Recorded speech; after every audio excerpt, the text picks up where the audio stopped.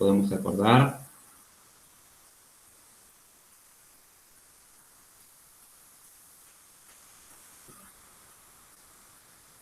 Bien. ¿No era la trompa de A ver, sí, ¿y Eustaquio? la trompa de Eustaquio con qué comunica?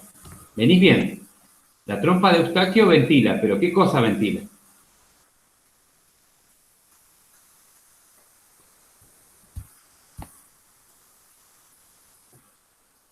Vamos a ver una imagen. A ver. Perdón, profe, molesto un segundito. Gaby soy. Sí, Perdón, sí, Octavio, te molesto un segundo. No, no, para sí. saber si habías cortado la grabación y la habías Ya arrancado está, nuevamente. Gabriel, ya está, ya corté y ya Ok, puse a muchas grabar. gracias. Perdón, ¿eh? No, no, todo bien. Bien, oído medio. Bien, estamos viendo acá el oído medio. ¿Se acuerdan que el oído, cuando estudiamos anatómicamente, dijimos que tenemos el oído externo, compuesto por el conducto auditivo y el pabellón auricular, y eso formaba el oído externo. Después teníamos el oído medio, compuesto por los huesecillos propios del oído y la membrana timpánica. Bien, y que yo les había explicado de que acá adentro había aire. ¿Bien? ¿Por qué tiene que haber aire? Porque los huesecillos se tienen que mover en total libertad. ¿Se acuerdan cuando vimos el video de cómo funcionaban los huesecillos? Sí, que Sí, vimos profe. haciendo el sonido, todo. Bien, correcto. Entonces, acá sabemos que tenemos que tener aire. Yo hace un ratito atrás les hablé respecto a que donde en el cuerpo tenemos una cavidad con aire, también tenemos que tener ¿qué cosa?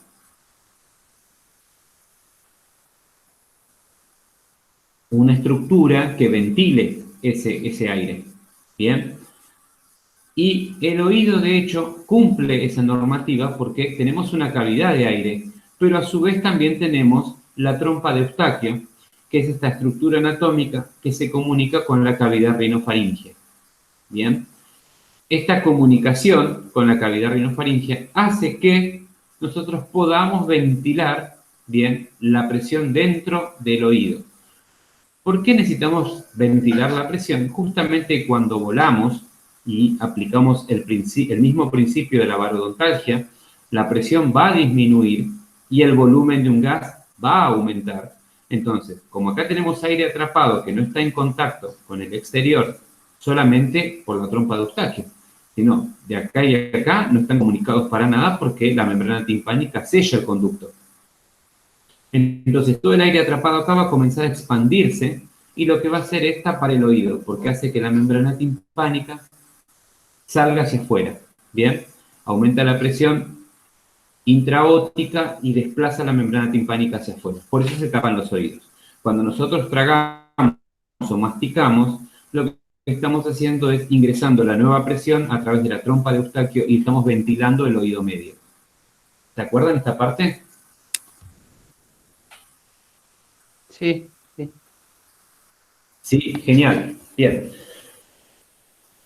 ¿Cuándo tenemos una emergencia óptica? Bien, la emergencia óptica se va a dar cuando la trompa de Eustaquio se encuentre incompetente. Es decir, ¿por qué razones la trompa de Eustaquio se podría encontrar incompetente? ¿Se acuerdan?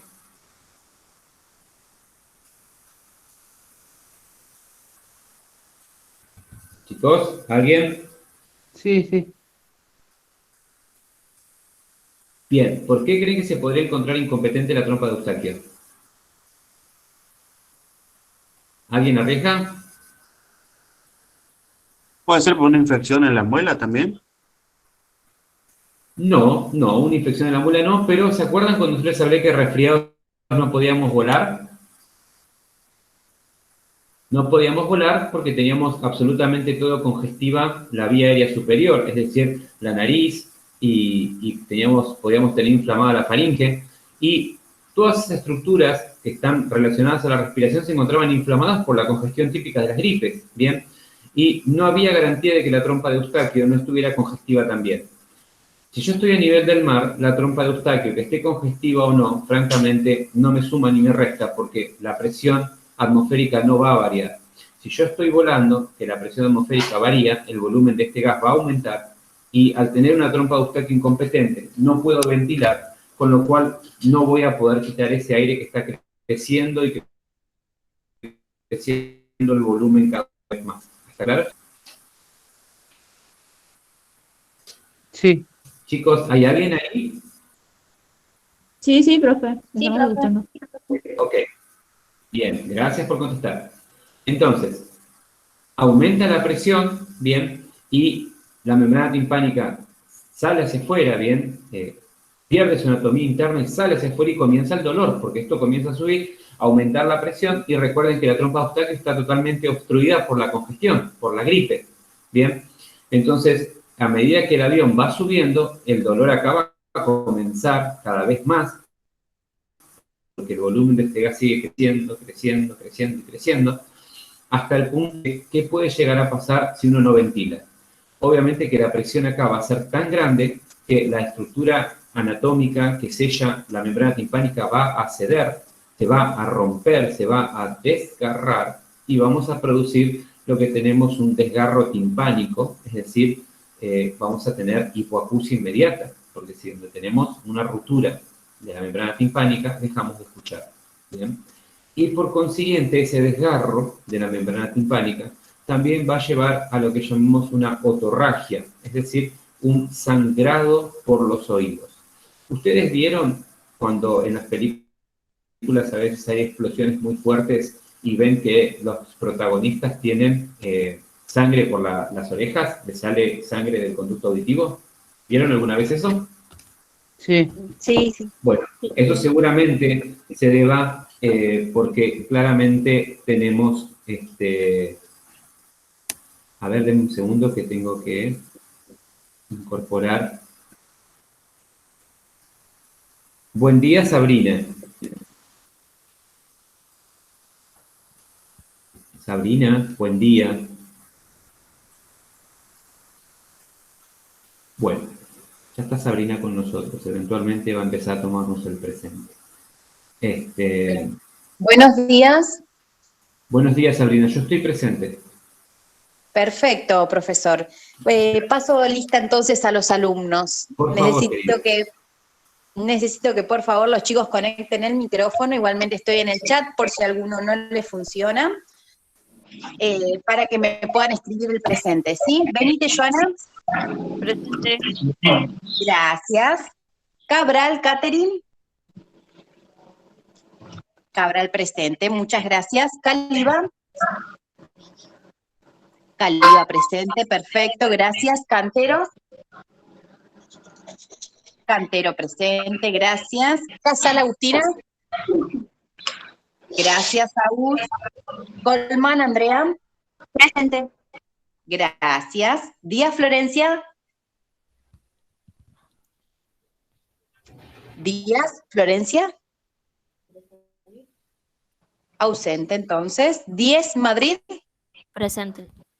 Gracias, presente. Entonces, Iso, Matías. presente.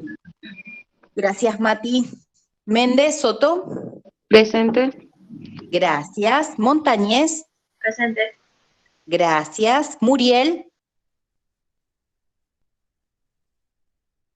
Muriel Lima, ¿no? Ausente, entonces. Pereira, Emiliana. Presente. Gracias. Presidente. Presidente, perfecto. Gracias. Puntaín. Puntaín, presente. Perfecto. Gracias. Ríos. Presente. Gracias. Sandoval Baez. Sandoval Baez, ¿no? Ausente, entonces. Saucedo Gisela. Saucedo presente, perfecto, gracias. Solorza. Presente. Gracias. Usquiano. Usquiano. Ausente, entonces. Perfecto. A ver, aguárdenme un segundito.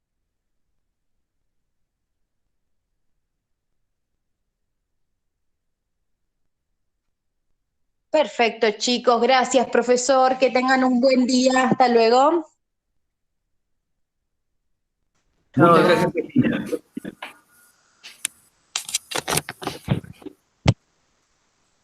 Bueno, bien, chicos, continuamos entonces. Volvemos a compartir pantalla.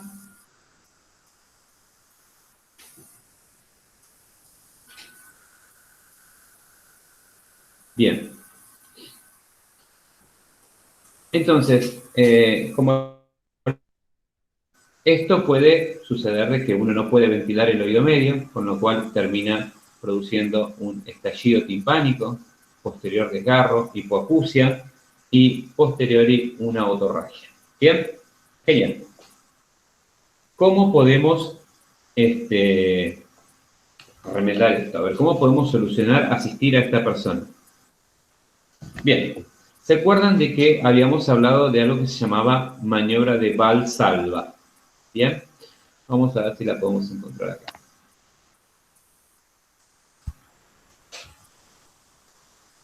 Maniobra de Valsalva. ¿Qué es la maniobra de Valsalva? Bueno, acá la estamos viendo.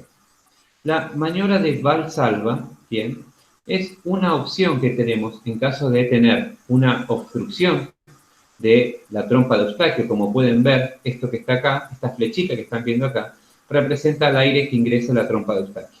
Bien. La maniobra de Valsalva es una maniobra en la cual uno junta aire, bien, mete aire adentro y se obstruye la nariz y la boca y hace fuerza para expulsar ese aire. Bien. Al no poder salir, porque uno se encuentra obstruyendo la nariz y la boca, el aire no le queda otra más que empezar a migrar por toda la estructura que tenga espacio. Con lo cual va a subir con muchísima presión a través de la trompa de Eustaquio y va a poder ventilar el oído medio. Por más que la trompa esté totalmente congestiva, uno realizando esta maniobra logra ventilar bien el oído medio. Esta maniobra es una maniobra claramente que se tiene que repetir permanentemente a medida que el avión cada vez trepa más, porque claramente que cada vez que disminuzca la presión, el volumen de este gas va a volver a aumentar, con lo cual voy a tener que volver a realizar esta maniobra. Bien, ahora, esta forma de ingresar presión dentro del oído para poder ventilarlo no es una maniobra que sea por excelencia la que uno tiene que hacer. Esto tiene que tratar de evitarlo. Por eso que los TCP no pueden volar resfriados, porque no pueden estar durante todo el vuelo realizando esta maniobra para evitar romper el tímpano. Bien.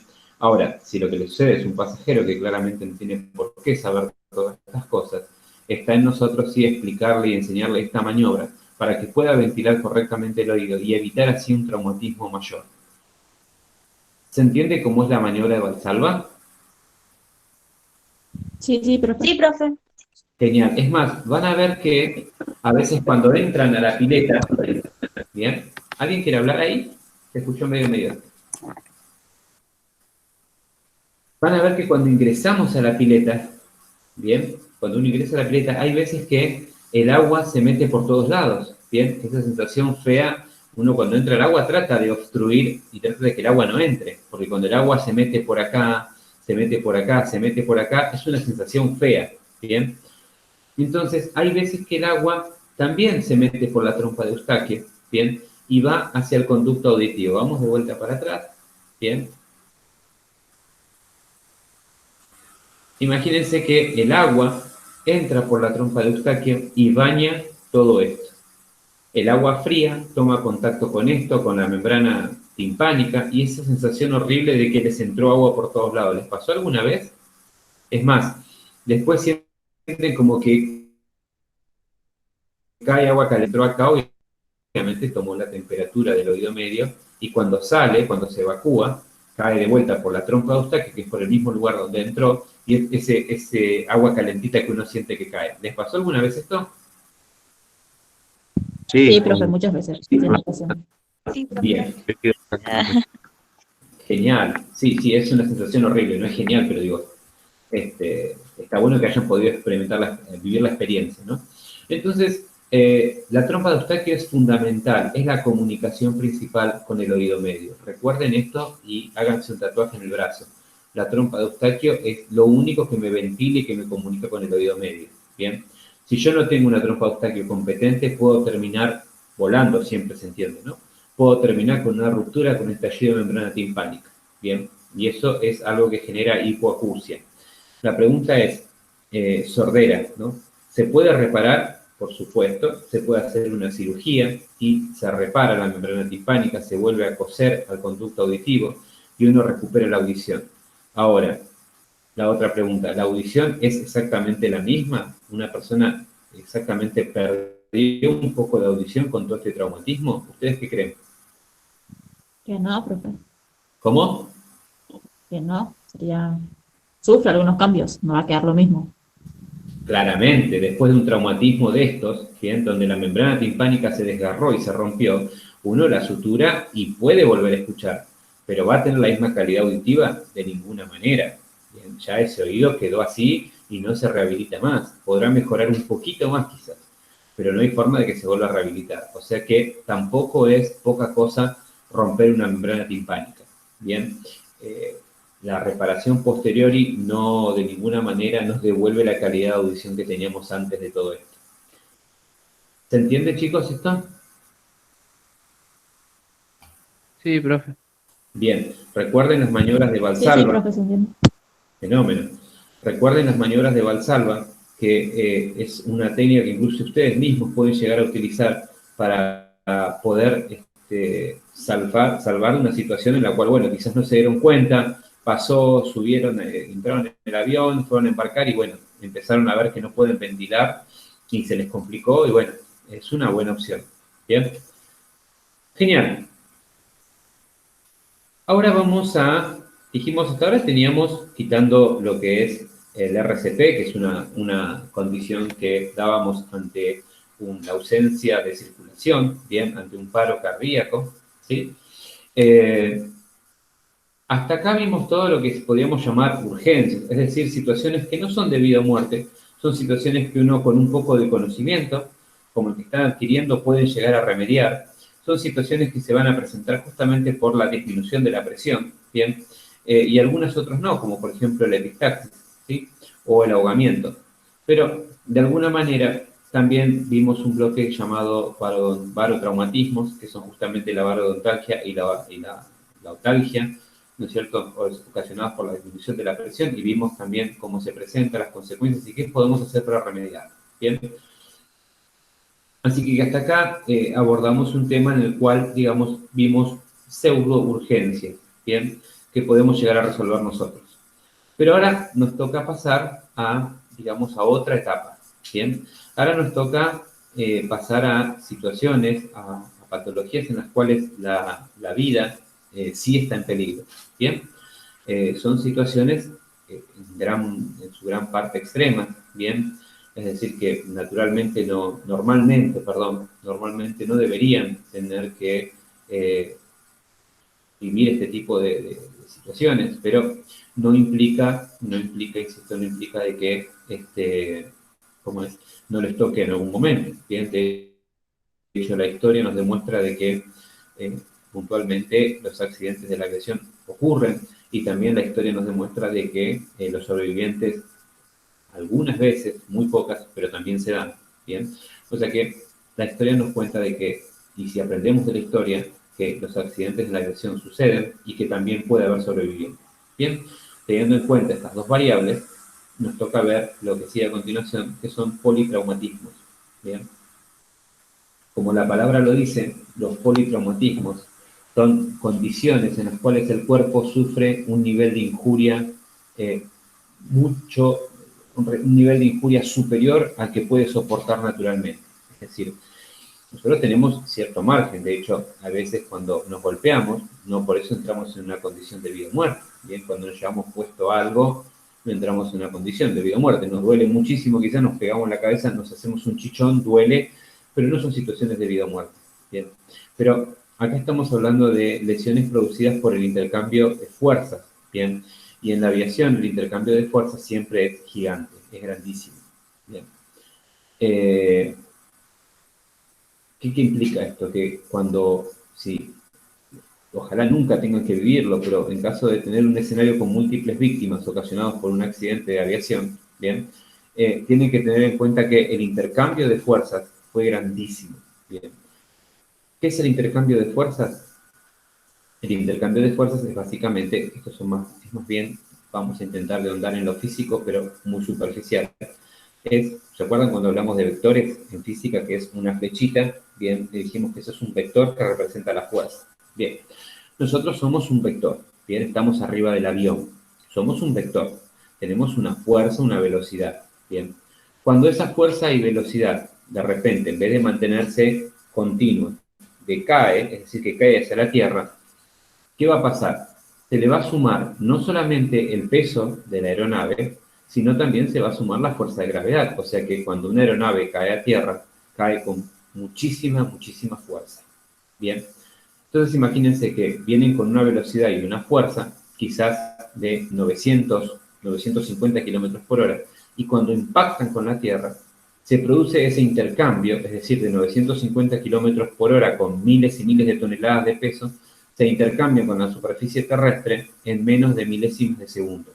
O sea que toda esa fuerza que trae, esa carga energética que trae el avión, obviamente que se va a producir un intercambio con la Tierra, va a haber un ruido, va a haber estremecimiento, va a haber un agujero, ¿bien?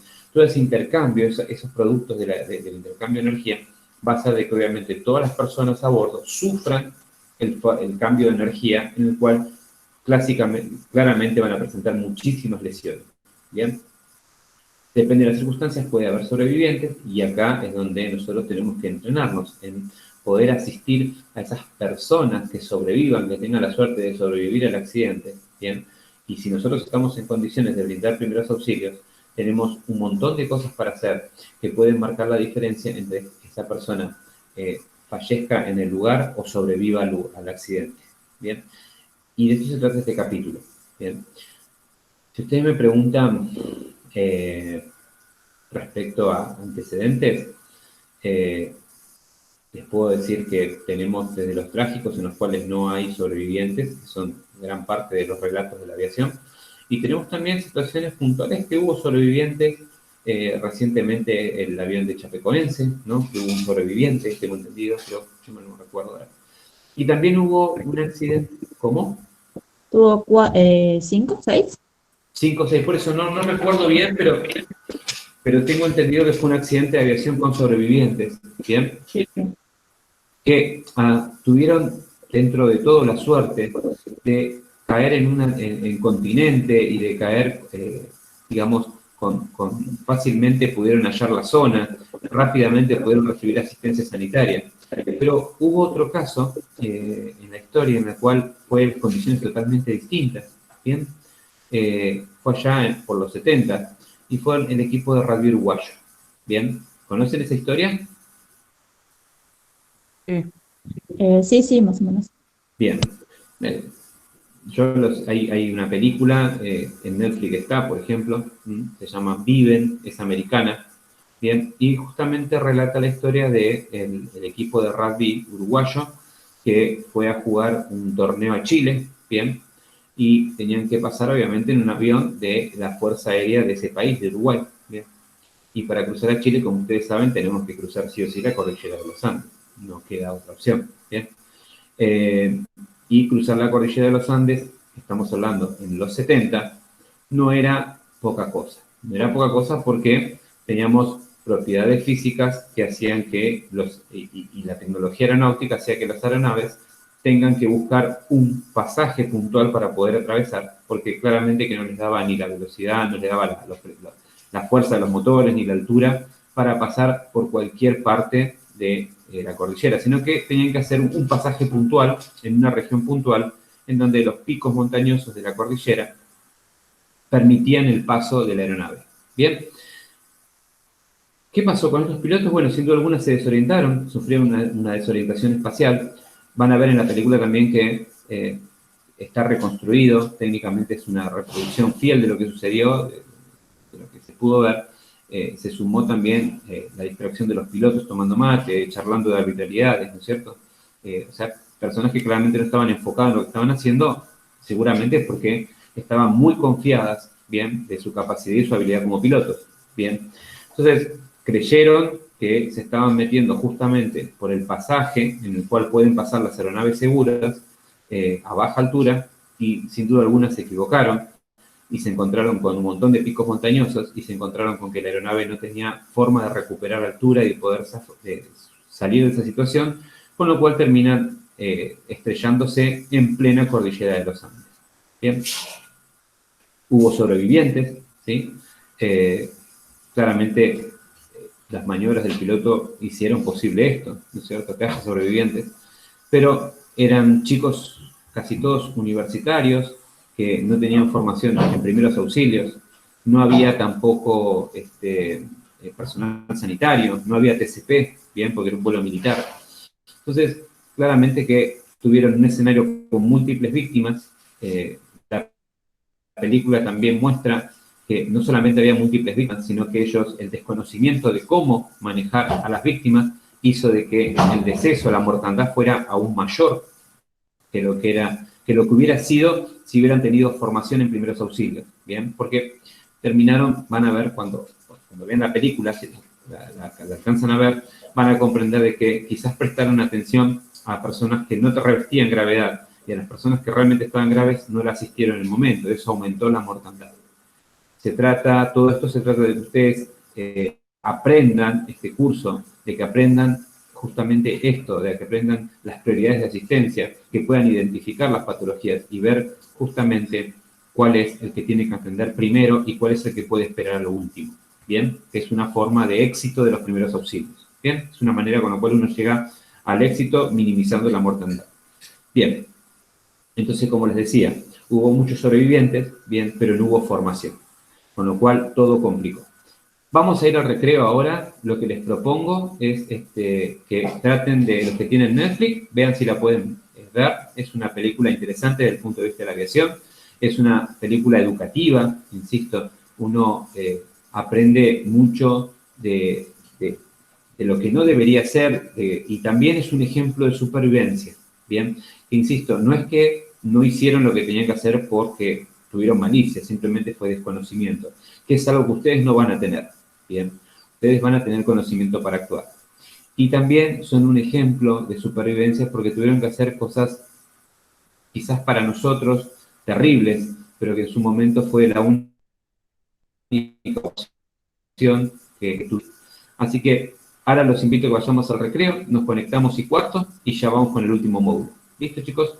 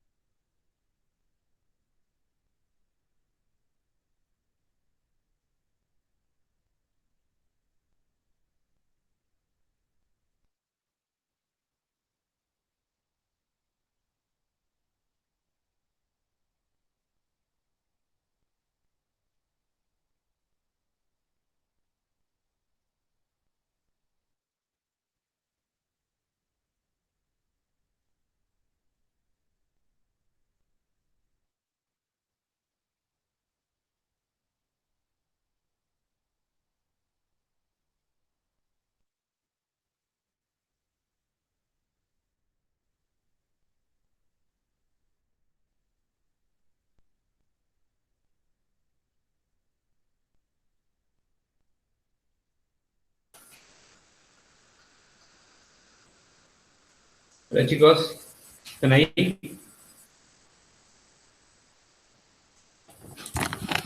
Sí, profe. Sí, profe. Bien, genial. Como les decía, la película esa Viven, ¿la tienen entonces? ¿La escucharon nombrar antes? ¿O el caso de la Cordillera de los Andes?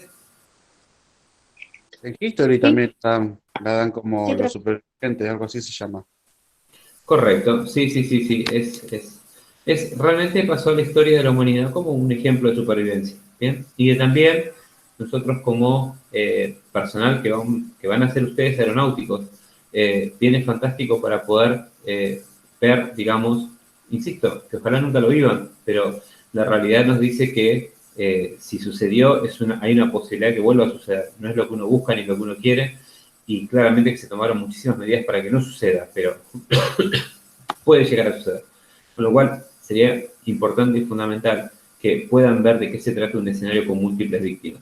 Bien, tarea para el hogar, les recomiendo ver esa película, inclusive en YouTube, no está con la misma calidad que en Netflix, pero también está disponible, y si no la pueden ver, por supuesto, en alguna plataforma de películas online gratis, bien, pueden verla ahí también, y es una tarea interesante que les dejo para la casa. Bien, pero ahora volvamos al tema que nos tenemos que tratar en cuestión.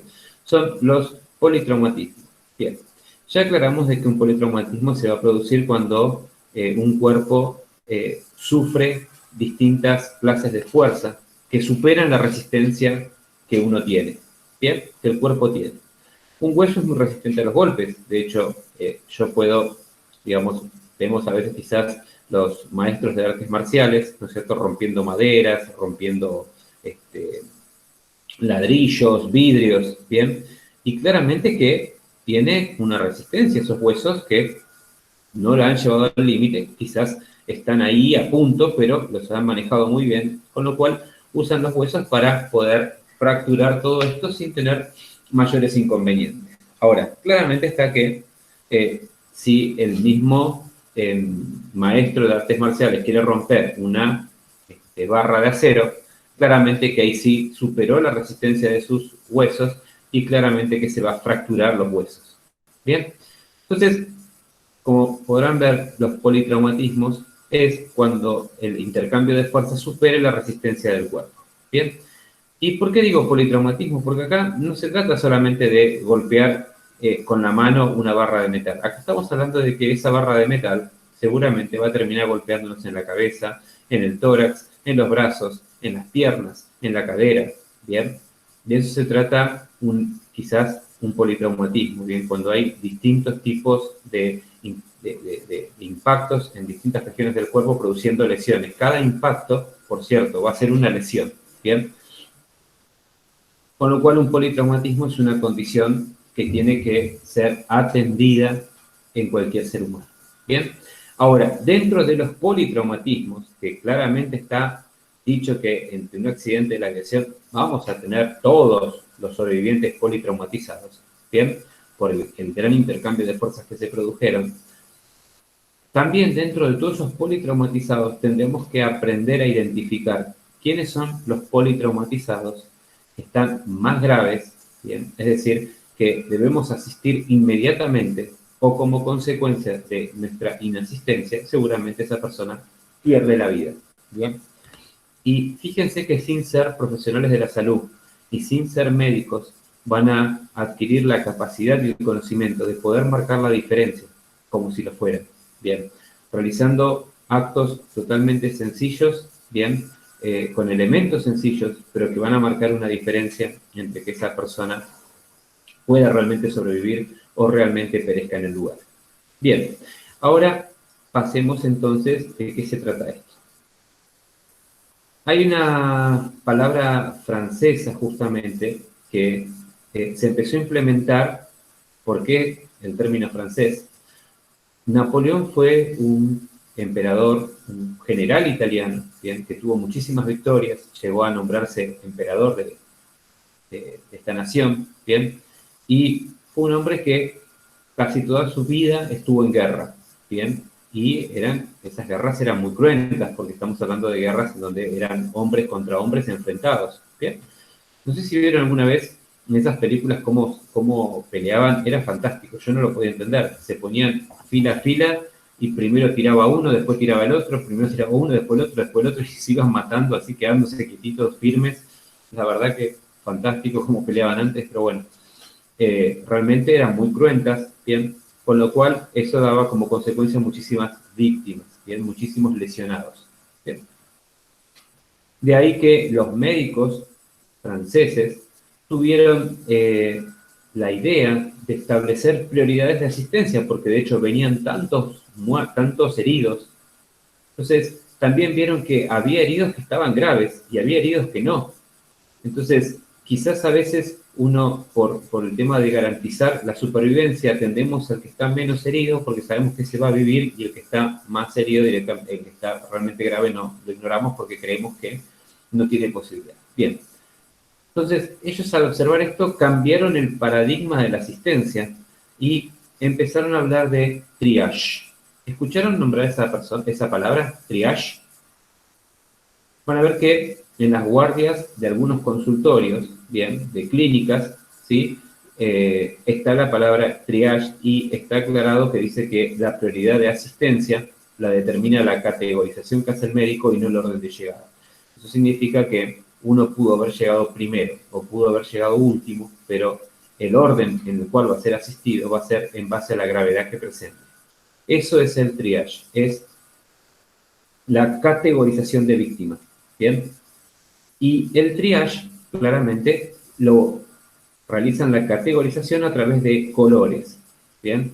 Es decir, que tenemos una escala de colores en las cuales uno simplemente con ver a esa persona y el color que tiene le va a dar la prioridad de asistencia. Con lo cual, hay profesionales que se dedican a hacer triage netamente, ¿bien? Es decir, evalúan rápidamente las condiciones clínicas que presenta y determinan las posibilidades y la prioridad de asistencia de esa persona, ¿bien? Entonces, se determinaron los colores del semáforo, ¿bien? Y se le agregó el color negro. Bueno, no hace falta aclarar qué significa el color negro, ¿bien? Pero entonces establecimos, en base al color del semáforo, dijimos que una persona en condición verde, ¿bien? Es una persona que puede llegar a recibir asistencia, pero va a ser a lo último, ¿bien? Cuando ya esté todo solucionado, recién ahí nos vamos a concentrar en esa persona. Entonces, yo no empleo ni insumos, ni elementos, ni material humano en atender a una persona verde cuando tengo todavía personas amarillas y rojas pendientes. Bien. Vamos a categorizar a las personas amarillas como urgencias, es decir, situaciones que uno tiene que abordar dentro de un determinado tiempo, porque eventualmente esas personas que se encuentran en condición amarilla pueden evolucionar a condición roja. Entonces, vamos a poner en amarillo a una persona que necesita asistencia, pero no antes que una roja. Y vamos a marcar como rojo a las personas que necesitan asistencia inmediata, porque en caso de no recibirla, fallecería. Esas son las emergencias. ¿Bien? Entonces, los códigos rojos... Por eso cuando en un hospital suena una alarma roja, es como que hay una emergencia. Claro, en muchos lugares se habla inclusive de códigos rojos, código azul, código verde, ¿bien? Habitualmente depende de los protocolos, pero donde ustedes escuchen un código rojo en la ambulancia, por ejemplo, los servicios de ambulancia, cuando pasan los auxilios, también se pasan como códigos, ¿bien? Es un código rojo, estamos hablando de un paro cardíaco habitualmente, de una persona herida de bala, politraumatizado, ¿bien? Un código rojo puede ser un accidente con tren, por ejemplo. Entonces, sí, utilizamos ese color, pero el por qué, esto nace justamente del triage, ¿bien? De este término francés que se usó para categorizar a las víctimas en un escenario de múltiples, ¿bien? De múltiples lesionados. Hoy por hoy lo implementamos, hoy por hoy hay toda una especialidad médica, que es la emergentología, ¿bien? Con lo cual, y hay médicos especialistas en triage, con lo cual es una disciplina que realmente hoy por hoy ha adquirido muchísimo valor en la práctica médica diaria, ¿bien?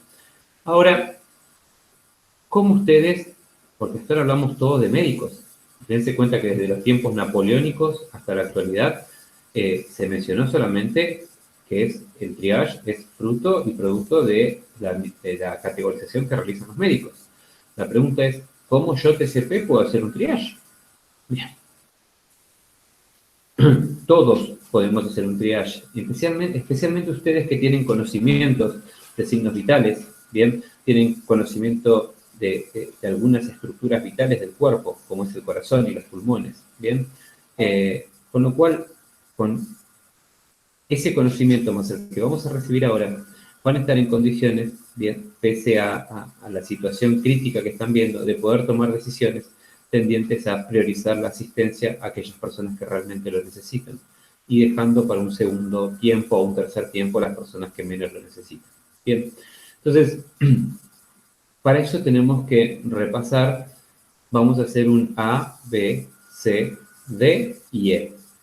Bien, fíjense, A, B, C, D y E.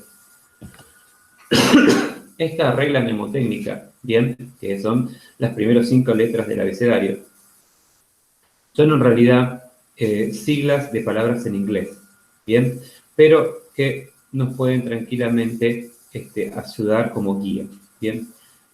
¿Qué significa el ABC de E? Bien, es la prioridad de la asistencia a una persona, ¿sí? Yo tengo un escenario con múltiples víctimas, ¿bien? Y recordando esta regla mnemotécnica, voy a poder establecer una prioridad de asistencia, en donde la A, ¿sí? A se refiere a aire, ¿bien? Refiere al aire. ¿Hay compromiso del aire? Bien. Compromiso del aire, ¿qué implica? ¿Sí? Implica que la persona no está respirando. ¿Bien? O sea que A es una emergencia. Bien. B se refiere a breathe, es decir, respiración. Bien. Fantástico. Falta aire y falta respiración. Seguimos estando en una emergencia.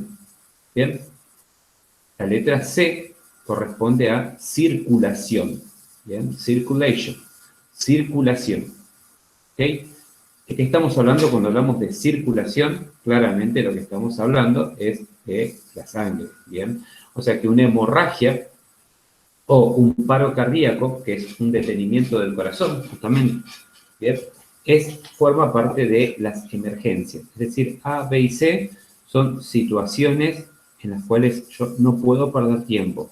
Bien, tenemos la D. La D se trata de déficit neurológico.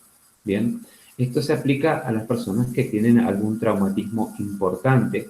Bien, que en el contexto en el que ustedes pueden llegar a estar, por ejemplo, si una persona presenta una lesión cerebral fruto del traumatismo, no hay absolutamente mucho que puedan hacer más que ponerlo cómodo. Bien, porque la forma de poder ayudar a una persona que recibió un traumatismo craneal y que está grabando su cuadro es directamente hacer un agujero en el cráneo, ¿bien? Y hacer una evacuación, porque seguramente puede tener o una inflamación o un sangrado. Entonces, la única manera de salvarle la vida a esa persona es realizando una perforación en el cráneo y evacuando la sangre que se está acumulando en la cabeza. Bien, claramente que eso no lo pueden hacer, claramente que no lo van a hacer, ¿bien? Y claramente, bueno, hay que hacer otras cosas como ponerlo cómodo y ayudarlo a que sea de alguna manera que no se siga estresando, porque el estrés va a hacer que aumente la presión y va a hacer que aumente aún más el sangrado o aumente aún más la presión intracerebral. Con lo cual, lo único que podemos hacer ante una persona que está con déficit neurológico originado por un traumatismo es claramente tranquilizarla, pero ya lo vamos a ver eso, ¿bien? También puede presentar otra sintomatología fruto del traumatismo, también vamos a ver cómo lo podemos ayudar, ¿bien? Y la E, hablamos de A, B, C, D y E. La E se refiere a la exposición. ¿Qué es la exposición? La exposición es justamente a la pérdida de temperatura, la exposición de la persona, ¿bien? Está comprobado científicamente que la hipotermia, es decir, la pérdida de temperatura en un paciente politraumatizado, tiene igual o más mortandad que el politraumatismo en sí. ¿Qué significa esto? Que el politraumatismo es una condición que compromete la vida humana, ¿no es cierto? Pero la hipotermia lo compromete de igual forma. O sea que la hipotermia es grave igual que el politraumatismo. Entonces, yo una vez que controlé la respiración, una vez que controlé el sangrado, una vez que pude ayudar con el déficit neurológico voy a cuidar de que esa persona no pierda frío, no pierda temperatura. Si una persona entra en hipotermia, recuerden cuando vimos el capítulo de temperatura, cuando una persona entra en hipotermia, automáticamente deja de poder cumplir todos los procesos internos del cuerpo, deja de poder fabricar todo lo que necesita, entra en éxtasis el cuerpo, bien. Recuerden que es como querer hacer pan sin tener un horno, bien. La masa va a quedar cruda y como no tengo un horno, jamás se va a cocinar, bien. Fantástico. Esto es lo mismo que va a pasar. Gisela, dije, A corresponde a air o aire. La B corresponde a breathe, es respiración. Bien. La C, circulación. La D, déficit neurológico. Y la E corresponde a la exposición del cuerpo a la temperatura del medio ambiente. Bien. Entonces, no hay por qué. Entonces, tenemos que cuidar muchísimo el tema de la hipotermia, porque recuerden que cuando una persona se enfría, asociando de esta forma, el pan no se cocina, ¿bien? Y claramente que el cuerpo va a empezar a funcionar mal porque falta temperatura. Entonces, en una situación de trauma, en donde necesitamos nuestro cuerpo comience a regenerar, comience a curarse, necesitamos absolutamente todos los elementos que el cuerpo fabrica para poder sanar. Si una persona está en hipotermia, no puede fabricar absolutamente nada, entonces no puede reparar ningún tipo de injuria y por consiguiente, bueno, ya saben lo que pasa. ¿Bien? Entonces, estas son las 5 letras de las cuales yo puedo organizar un triage. Ahora, vamos a ver distintas situaciones, bien, para que ustedes entiendan en base a esta regla mnemotécnica cómo puedo yo solucionar. ¿Cómo puedo categorizar? Bien, prestemos atención. Estamos parados frente al escenario. Bien, vamos a encontrar una persona que se encuentra en paro cardiorrespiratorio. Vamos a encontrar una persona que se encuentra con una hemorragia por un corte profundo. Bien, vamos a encontrar personas que están fracturadas, vamos a encontrar personas que están convulsionando, vamos a encontrar personas quemadas, vamos a encontrar personas, digamos,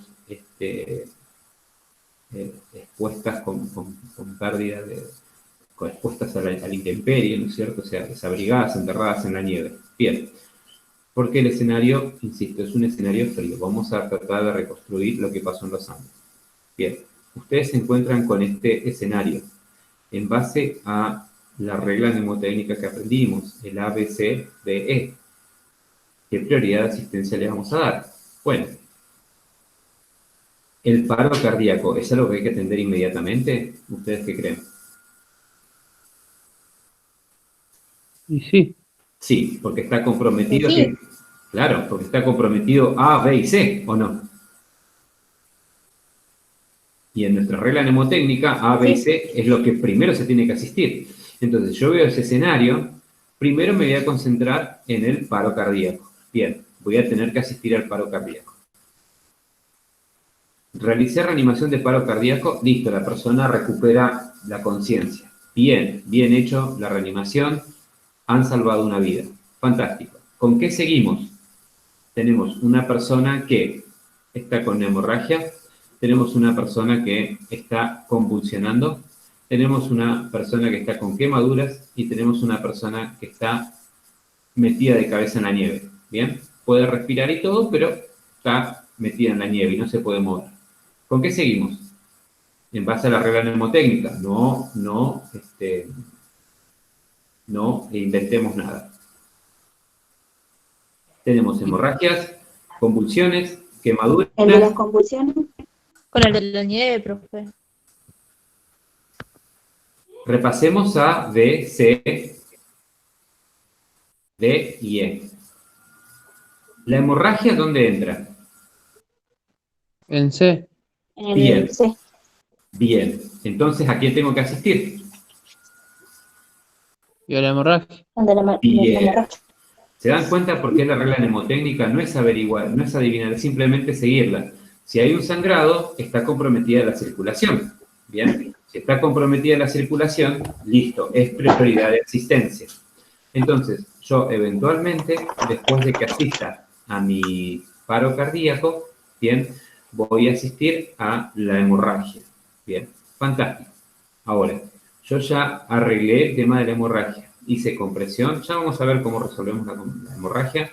Hice la compresión, listo, detuve la hemorragia. ¿Con qué seguimos?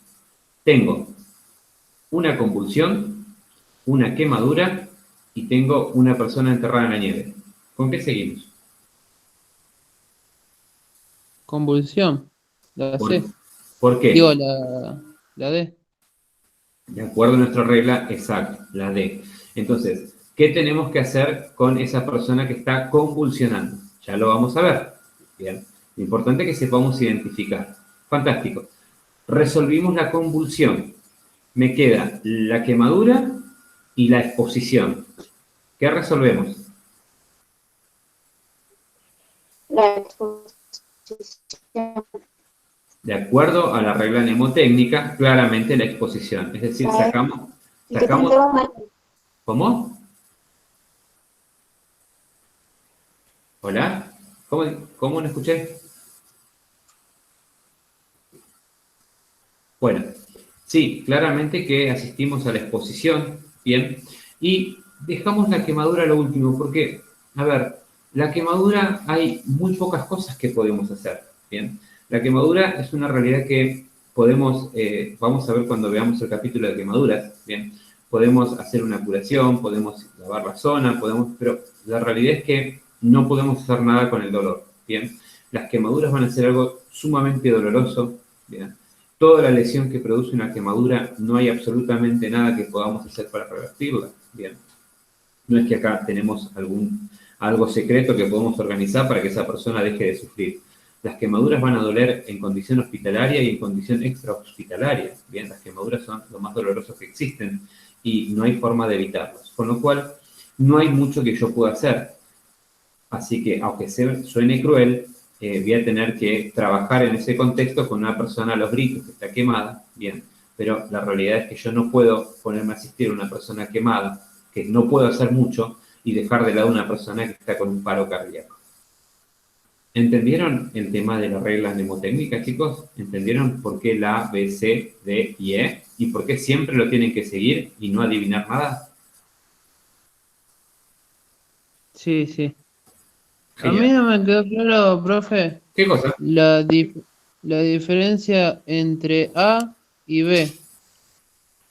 Porque A es aire y la B es respiración. Bien, sí. Y o sea, no entiendo qué. La A es cuando no hay aire en el No, ambiente. respirar, ¿de qué se trata? De ingresar aire. Pero para poder respirar necesitas Sí. aire. Si no tenés aire, entonces, si vos tenés una persona, por ejemplo, que está atrapada en una situación donde no hay aire, ¿tenés que asistirla? Y sí. Claro, porque si no tenés aire no puedes respirar. Entiendo. Sí, gracias. ¿Listo? Bien. Fantástico, entonces. Vamos a comenzar ya que pudimos ver una suerte de triage, bien, siguiendo una regla mnemotécnica. Ahora vamos a comenzar a ver un poco las distintas patologías. Nosotros ya vimos lo que es paro cardiorrespiratorio, ya tuvimos toda una clase completa de paro cardiorrespiratorio, y luego vamos a tener una clase práctica, bien, donde van a poder ejercitarse y poner en práctica todo lo que vimos. Bien, pero ahora deberíamos continuar y me gustaría abordar el tema de traumatismos de extremidades superiores e inferiores. ¿Saben a qué me refiero cuando hablo de traumatismo de extremidades superiores e inferiores? Pies y brazos. Exactamente. Brazos y piernas, a eso me estoy refiriendo. Los brazos y las piernas, como ustedes sabrán, son las extensiones de nuestro organismo, de nuestro cuerpo, en las cuales unos nos sirven para poder movilizarnos y el otro sirve para poder interactuar. Bien, los brazos y las piernas son las extensiones más alejadas del centro del tórax que tenemos, bien, con lo cuales también son delgadas y frágiles porque no son compactas, bien. Entonces, cuando sufrimos un intercambio de fuerza grande, hay una posibilidad de que al estar compuestos por huesos largos, bien, depende de dónde reciban esa fuerza, los huesos se fracturen, ¿bien? Pero solamente las lesiones que podemos presentar de origen traumatológico, ¿bien? ¿Son solamente de fracturas o hay otro tipo de lesiones que podemos llegar a presentar menos extremas? ¿Ustedes qué creen?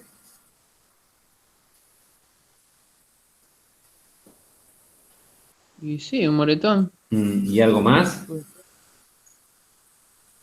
Cuando te cortás.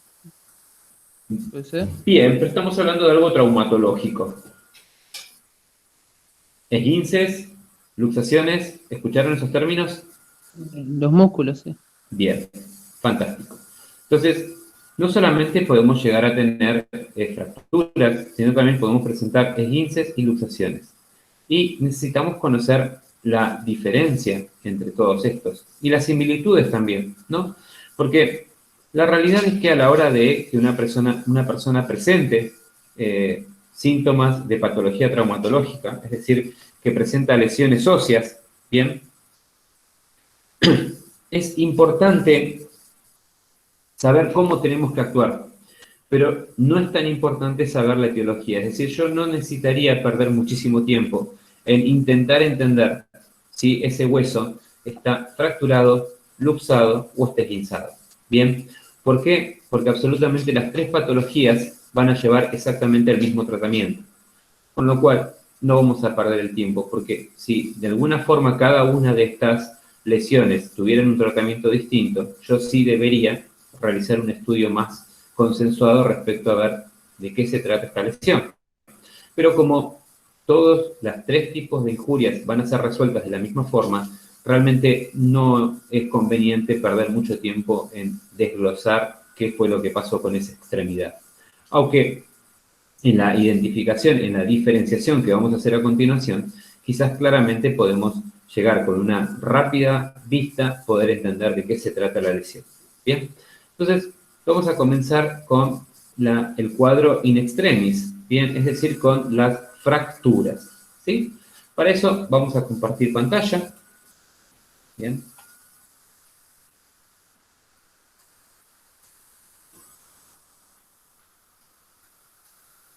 Genial. Bien. Vamos a compartir pantalla y vamos a comenzar a ver lo que son fracturas.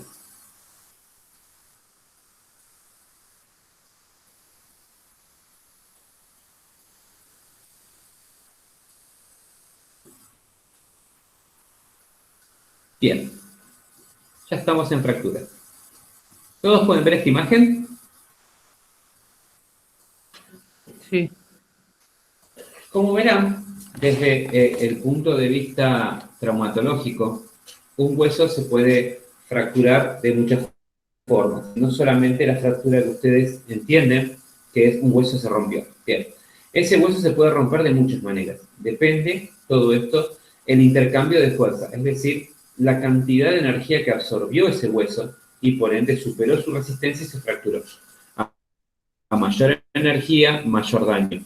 Bien, o sea que en este caso la relación es directamente proporcional. Bien, cuando más energía, más daño. Vemos ese hueso que estamos ahí, es el hueso de la pierna. Bien, es uno de los huesos principales y se llama fémur. Bien, el hueso fémur es habitualmente uno de los primeros huesos que se fractura cuando hay traumatismos importantes. Bien, como podrán ver, el hueso fémur, depende de la cantidad de energía, se puede fracturar ocasionando 4 tipos de fracturas distintas. Bien, las que traumatológica o médicamente llaman oblicua, que es cuando el hueso se fractura, pero permanece en su lugar. Bien, este tipo de fractura se puede resolver con un yeso. Bien, uno pone un tutor de yeso alrededor de la pierna y ese hueso deja de moverse, la persona mantiene la pierna elevada y se acabó. Bien, ese hueso después termina soldando. Ahora, tenemos otro tipo de fractura que es la fractura llamada conminuta. Bien, la fractura conminuta es una fractura en la cual el hueso estalló. Bien, es decir, de que fue el golpe tan fuerte que ese hueso se rompió en un montón de pedacitos más chiquitos. Bien, estas fracturas tienen que ser resueltas vía quirúrgica y son francamente muy complicadas con mucho riesgo de infección. Así que no son de las mejores fracturas. Bien. Las fracturas espirales son fracturas que justamente se dan cuando las piernas rotan, bien, por el traumatismo, rotan demasiado y el movimiento es muy abrupto, con lo cual no llega a salirse el hueso del lugar y el hueso termina fracturándose a lo largo. Ven como la fractura corre de la forma que, como si envolviera, la lesión envolviera el hueso. Bien. Esas son las fracturas en espiral. Y las otras fracturas son las compuestas. ¿Por qué se llaman compuestas o fracturas abiertas, como ustedes la conocen?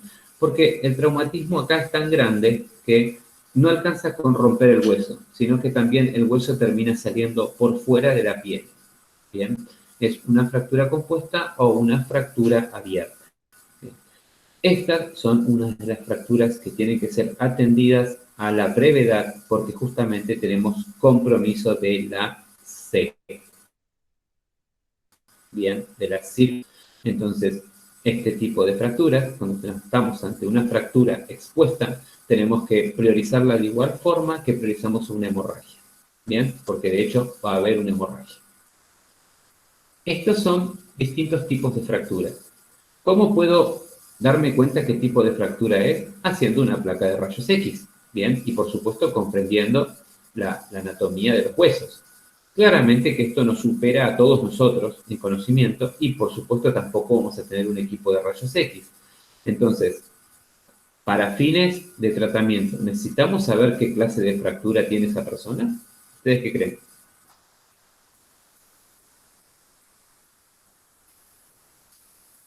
Chicos, Y si tiene una fractura, lo que sí o sí hay que hacer es no mover. bueno, pero por eso mi pregunta es que sepamos si se trata de una fractura oblicua, conminuta, espiral. ¿Es necesario que sepamos eso? No, profe. Claramente que no, chicos. Claramente que no. Eso es un problema médico que lo resolverá el traumatólogo. Bien, ¿cómo lo arregla? Es un tema del traumatólogo, no de ustedes. Lo que sí tienen que entender es que en caso de que la fractura sea expuesta, primero tenemos que tratar lo que está complicando el cuadro, que es la hemorragia. Bien, vamos a controlar la hemorragia y posteriori vamos a resolverlo con inmovilización. Es decir que este hueso no puede movilizarse más. Está fracturado y como quedó fracturado queda. En el caso de la compuesta, los invito a que vean esa imagen. Si ustedes me preguntan a mí por un tema de obsesión que yo tengo, lo que yo haría sería agarraría ese hueso, lo metería adentro, lo acomodaría y movilizaría. Está genial porque está todo prolijito. ¿Puedo hacer esto? No. No. Claramente que yo No, no se no puede. puedo. Claramente que no, chicos. ¿Ven esta punta que está acá? Yo les voy a mostrar esto que está acá. ¿Ven esta punta de los huesos? Bien. El hueso es algo duro. Bien. Cuando esto se corta, esto es aparentemente como un bisturí, para que ustedes tienen. Tiene un filo terrible. Imagínense que yo desde afuera agarro y comienzo a acomodar este hueso acá. Lo que estoy haciendo es moviendo una de bisturí dentro de la pierna. Con lo cual voy a empezar a cortar absolutamente los músculos, voy a empezar a cortar todo, hasta puedo cortar la arteria, ¿bien? Y realizo una masacre, ¿bien? Con lo cual las fracturas no se movilizan porque puedo tener un hueso suelto adentro y donde yo quiero mover la extremidad termino aumentando la hemorragia porque ese hueso va a desplazarse internamente y va a empezar a cortar toda la estructura blanda. Porque, insisto, este filo es como el de un bisturí. ¿Entiende? Entonces, las fracturas jamás se movilizan. La persona fracturada, como está la articulación, hay que inmovilizar y ahí se queda. No se hace otra cosa. ¿Bien? Si hay un sangrado, primero realizo la contención de la hemorragia y luego, una vez que la hemorragia cesó, realizo la inmovilización de la articulación. Pero de ninguna manera lo intento acomodar. ¿Está bien clarito? Sí. Genial. Genial. Bien. Luego que veamos las tres patologías traumatológicas, vamos a generar líneas en común para entender cómo se presenta cada una y quizás de esta forma ustedes pueden identificar, insisto, aunque no sea necesario, pero pueden identificar y saber frente a qué nos estamos enfrentando. Bien, ahora vamos a pasar a este capítulo. Las llamadas luxaciones. Bien. En las luxaciones hubo un intercambio de fuerza, pero, digamos, se produce un intercambio de fuerza en la cual, por la forma en cómo se da, el hueso no se fractura, pero sí se sale del lugar. Es decir, los huesos largos, como son los de los brazos y los de las piernas, se articulan con el cuerpo a través de cavidades. Bien, esto que estamos viendo acá, ¿sí?, es una cadera, bien, es decir, la pelvis. Este hueso que estamos viendo acá es el que vimos recién, el fémur. Bien, vamos a ver que en su anatomía el fémur, en su extremo, tiene como una cabeza. ¿Ven esta cabeza? Bien. Esta es la cabeza femoral, la cabeza del fémur. Bien. La cabeza del fémur se inserta dentro de la pelvis en una cavidad llamada glenoidea. Bien. Una cavidad glenoidea. Es decir que la cabeza del fémur se inserta en la cavidad glenoidea. Luego, los ligamentos de fijación hacen que este hueso fémur quede permanentemente dentro de la cavidad glenoidea gracias a los ligamentos y a los músculos que están alrededor de ese hueso. ¿Hasta aquí estamos bien? Ahora, cuando esta pierna hace un movimiento que excede la tolerancia de estos ligamentos, los ligamentos se cortan, se lastiman, y el hueso entonces sale fuera de su cavidad. Bien, en vez de estar acá, se salió para afuera. Bien, lo tenemos acá afuera. Cuando el hueso sale fuera de su cavidad, deja de cumplir la función de articulación. Es decir, que la persona no va a poder movilizar su pierna. Bien, pierde totalmente la movilidad de la pierna. ¿Sí? La dislocación duele muchísimo. Bien, es una patología que duele no igual que la fractura, pero duele muchísimo, ¿bien? Y solamente va a aliviar y va a dejar de doler cuando el hueso vuelva a su cavidad natural. Es decir, cuando el traumatólogo, escucharon lo que dije, ¿no? El traumatólogo realice los movimientos que fue adiestrado y enseñado para lograr de que el hueso vuelva a entrar de vuelta a su cavidad glenoidea y se pueda recuperar. Eso va a ser lo único que va a calmar el dolor y va a recuperar la movilidad de la persona. Mientras esté dislocado el brazo o la pierna o la mandíbula, que también se disloca, la persona no va a tener movimiento ni articulación en esa extremidad. ¿Está claro la diferencia entre una dislocación y una fractura? Sí. Acá no estamos hablando de fractura, estamos hablando simplemente de que un hueso se salió del lugar, pero el hueso no está fracturado. ¿Bien? Eso es una dislocación. Y ahora, la tercera patología de origen traumatológico es la que llamamos el esguince. ¿Bien? El esguince no es ni más ni menos que cuando una articulación sobrepasa su resistencia. A ver si tenemos acá el esguince.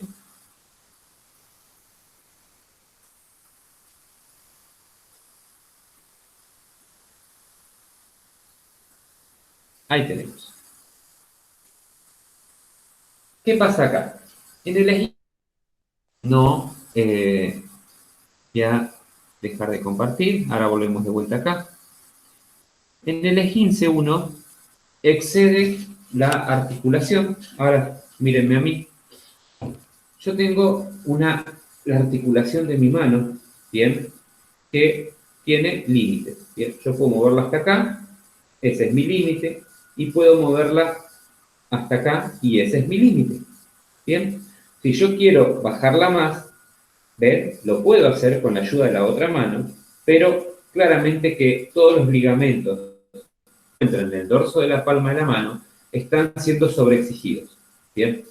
Si yo siguiera haciendo fuerza, seguramente que la mano me la puedo pegar acá, ¿bien? Pero Cuando logré eso, lo que hice fue desgarrar y romper todos los ligamentos que me están haciendo de que yo pueda llevar la mano hacia adelante. ¿Ven? Estos ligamentos que se aseguran de que cuando se contraen yo mueva la mano, lo que yo hago es extenderlos, extenderlos, extenderlos hasta que se cortan. Y ya perdí la movilidad de la mano. ¿Bien?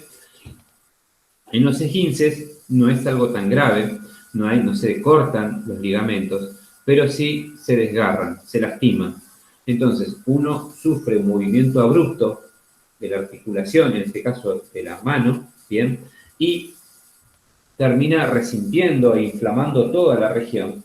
Y como consecuencia, uno después no puede mover la mano, ¿bien? Le duele mucho, pero la mueve, limitado, pero la mueve, pero le duele, ¿bien? Esto es un esguince, cuando la articulación sobrepasa sus límites naturales. Bien, ahora vamos a compartir de vuelta, así podemos...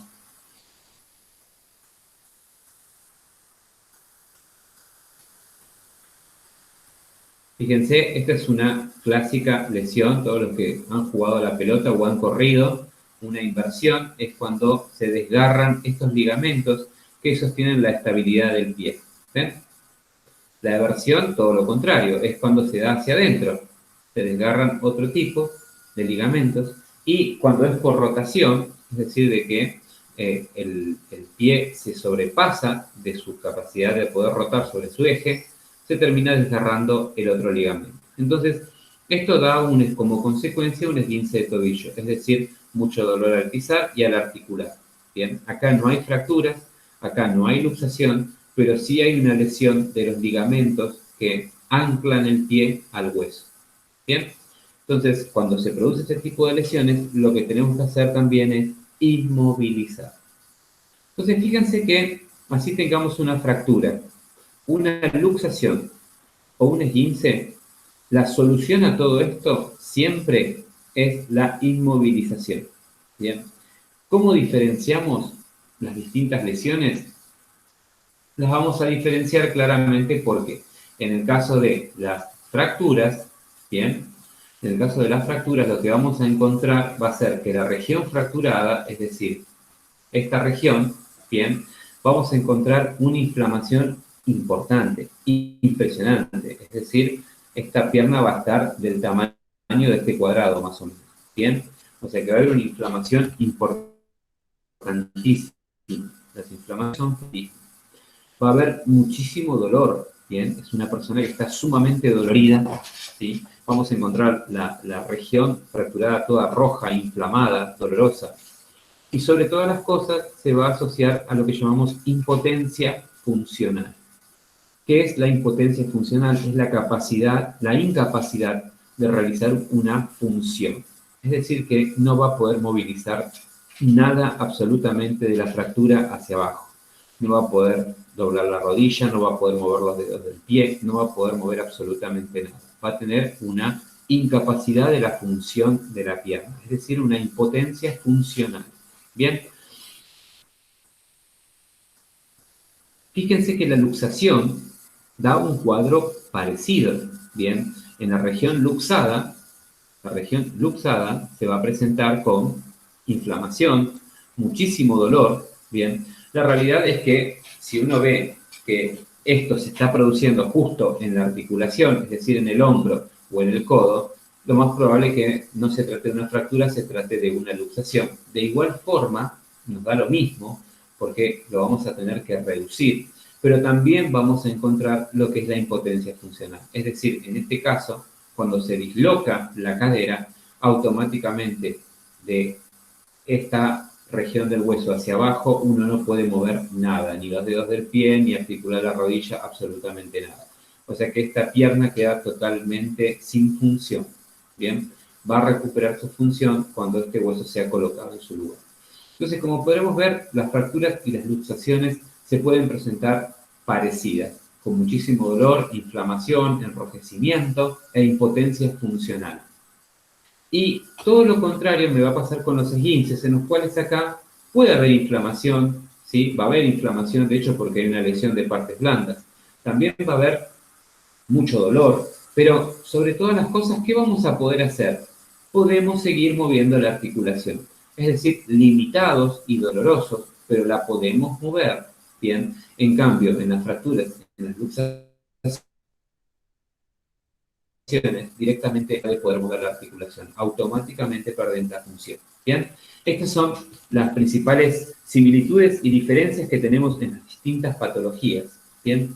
Ahora vamos a finalizar la clase y yo los invito a que la clase que viene abordemos heridas cortantes, háganme acordar, y vamos a algunas patologías más de traumatismo, ¿sí? Y después vamos a pasar a algo quizás un poco más lindo que viene a ser lo que son el parto-aborto, ¿bien? Es todo un tema para charlar. Chicos, fue un gusto compartir la mañana con ustedes.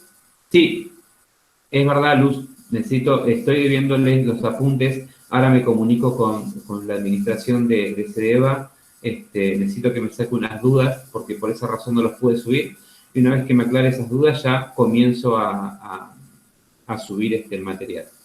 Les agradezco, fue un placer pasar la mañana con ustedes, les deseo buena semana, buen fin de semana, y nos vemos el martes que viene. Chao, chicos. Chao, Vale, profe. Igualmente. gracias, profe. Hasta luego.